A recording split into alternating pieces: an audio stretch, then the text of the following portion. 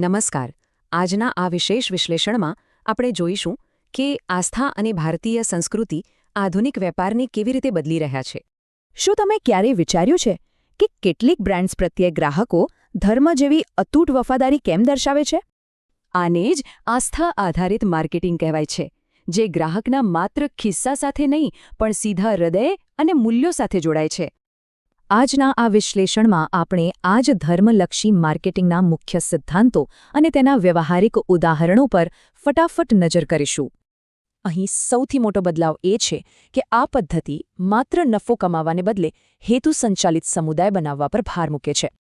સંશોધકોના મતે આ સફળ રણનીતિના 4 મુખ્ય સ્તંભો છે: અધિકૃતતા, પરસ્પર સંવાદ, ભાવનાત્મક ધાર્મિકતા અને સર્વસમાવેશકતા.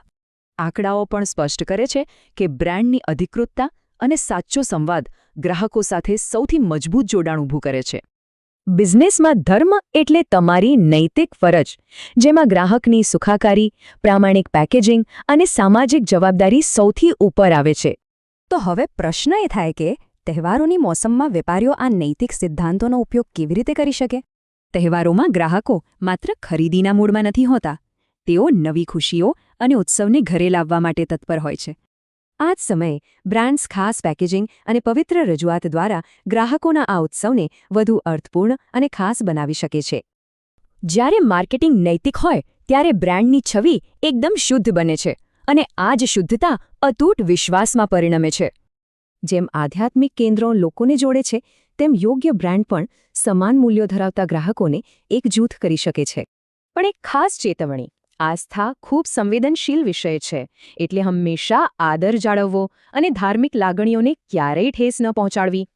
પ્રમોશન માટે તમે બ્રાન્ડની પરંપરાગત વાર્તાઓ કહી શકો છો અને અર્થપૂર્ણ ડિજિટલ કેમ્પેઇન દ્વારા ગ્રાહકોના સમુદાય સાથે જોડાઈ શકો છો. જેમ કે શુદ્ધતા દર્શાવતી ઇન્સ્ટાગ્રામ રીલ્સ, ગ્રાહકોના રિવ્યૂ અને તહેવારોમાં વોટ્સએપ પર મૂલ્યલક્ષી શુભેચ્છાઓ મોકલવી એ એકદમ હિટ આઈડિયા છે. અથવા તો ગ્રીન દિવાળી કેમ્પેઇન વિશે વિચારો, જે આપણી સાંસ્કૃતિક ઉજવણીને પર્યાવરણ બચાવવાની ધાર્મિક ફરજ સાથે બખૂબી જોડે છે.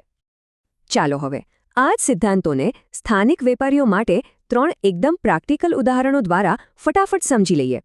પહેલું ઉદાહરણ: એક સ્થાનિક મીઠાઈની દુકાન દાદીના હાથ જેવો સ્વાદ કહીને પોતાની પરંપરા અને શુદ્ધતાને ગર્વથી રજૂ કરી શકે છે.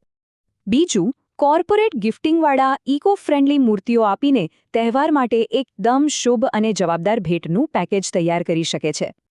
અને ત્રીજું, કોઈ આયુર્વેદિક બ્રાન્ડ પોતાની જડીબુટ્ટીઓના આધ્યાત્મિક અને શારીરિક ફાયદાઓ સમજાવતા રસપ્રદ વિડીયો લોકો સાથે શેર કરી શકે છે.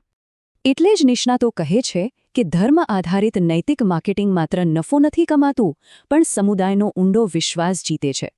અંતે એક પ્રશ્ન: શું કોઈ વ્યવસાય માત્ર વસ્તુઓ જ વેચે છે કે પછી સમાજના ઉચ્ચતમ મૂલ્યોની સાચી સેવા કરે છે?